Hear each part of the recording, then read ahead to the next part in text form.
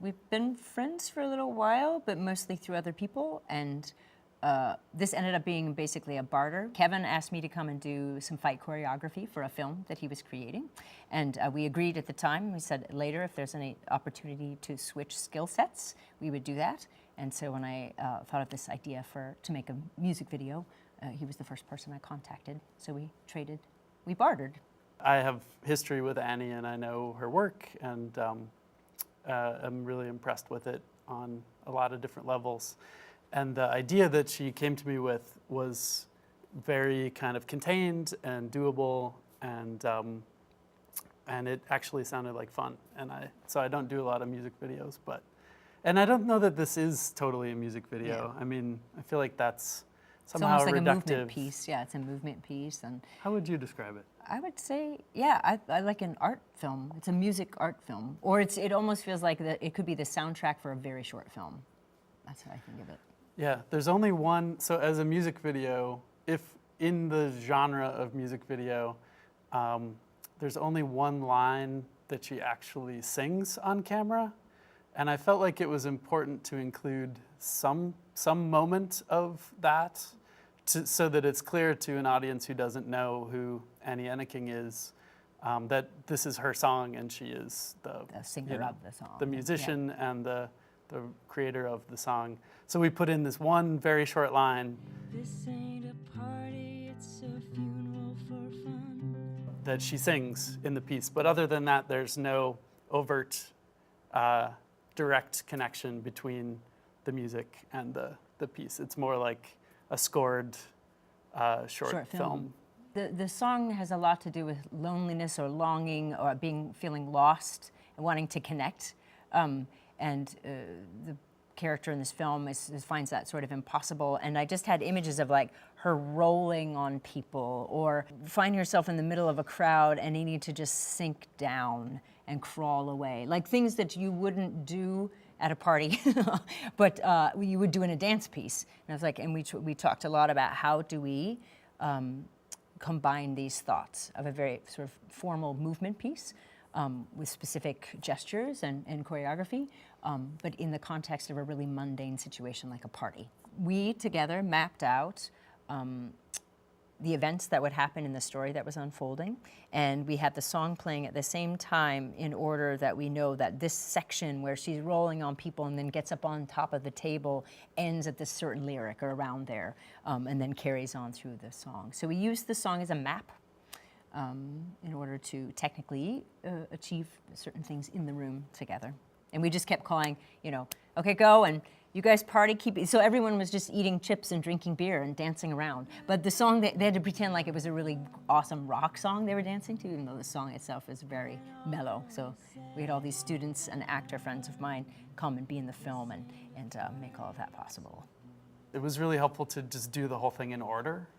Like, I know that sometimes shooting out of order makes sense, but for this, it was great to just kind of start at the beginning and go through to the end. And I think we even talked about at one point, we're like, what if it's just a tracking shot? What if we could achieve that? And then we thought, well, then we're going to miss things like medium and wide. Like that's a very intimate song, and it's an intimate story.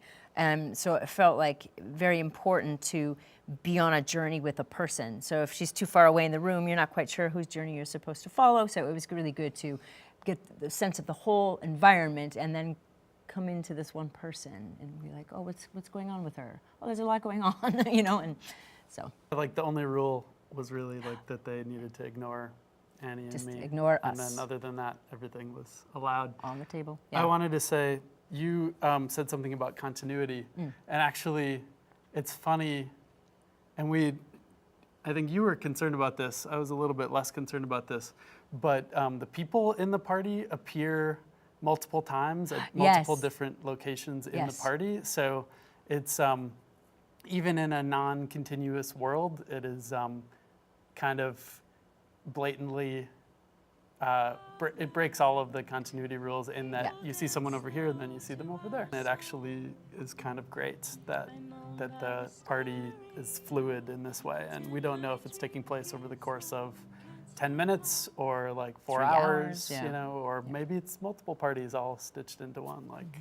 So I actually, when we see that one woman again, I'm always like, like, I wonder if anybody's noticing that that's her. You know? There's something recognizable in seeing a person struggle to connect with other people, and some sense of like an ambiguous loss, that something is just missing.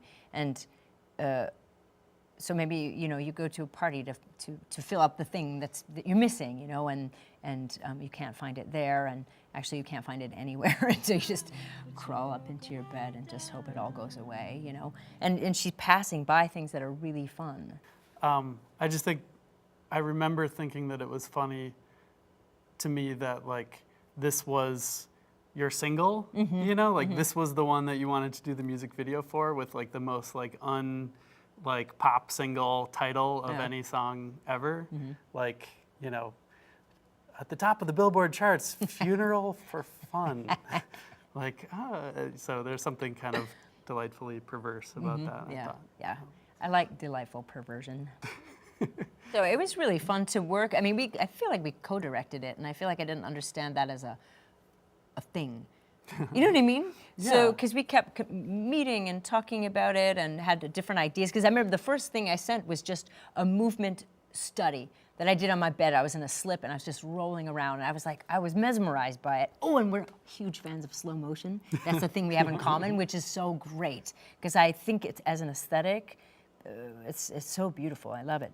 But anyway, so I just liked that we were able to bounce off of one another. And then when we did the editing, there were shots that I found missing, and I was like, oh, what if? And he was like, okay, and blah. So I thought the back and forth between the two of us was really great. And I feel like it's possibly more rare in film, you know, like in dance can be created collaboratively, theater can be created collaboratively, but there's less of a sense of like, you know, we made this film together. Like, well, whose film is it? Right. Like, who Yeah, directed yeah, that yeah, film? yeah. Like, or who wrote it, or whatever. So anyway, so yeah, I feel very good about the 50-50-ness of it. yeah, me too. Me too. He brought the lights, I brought the snacks. It was like, oh, it's stuff. And it all worked out.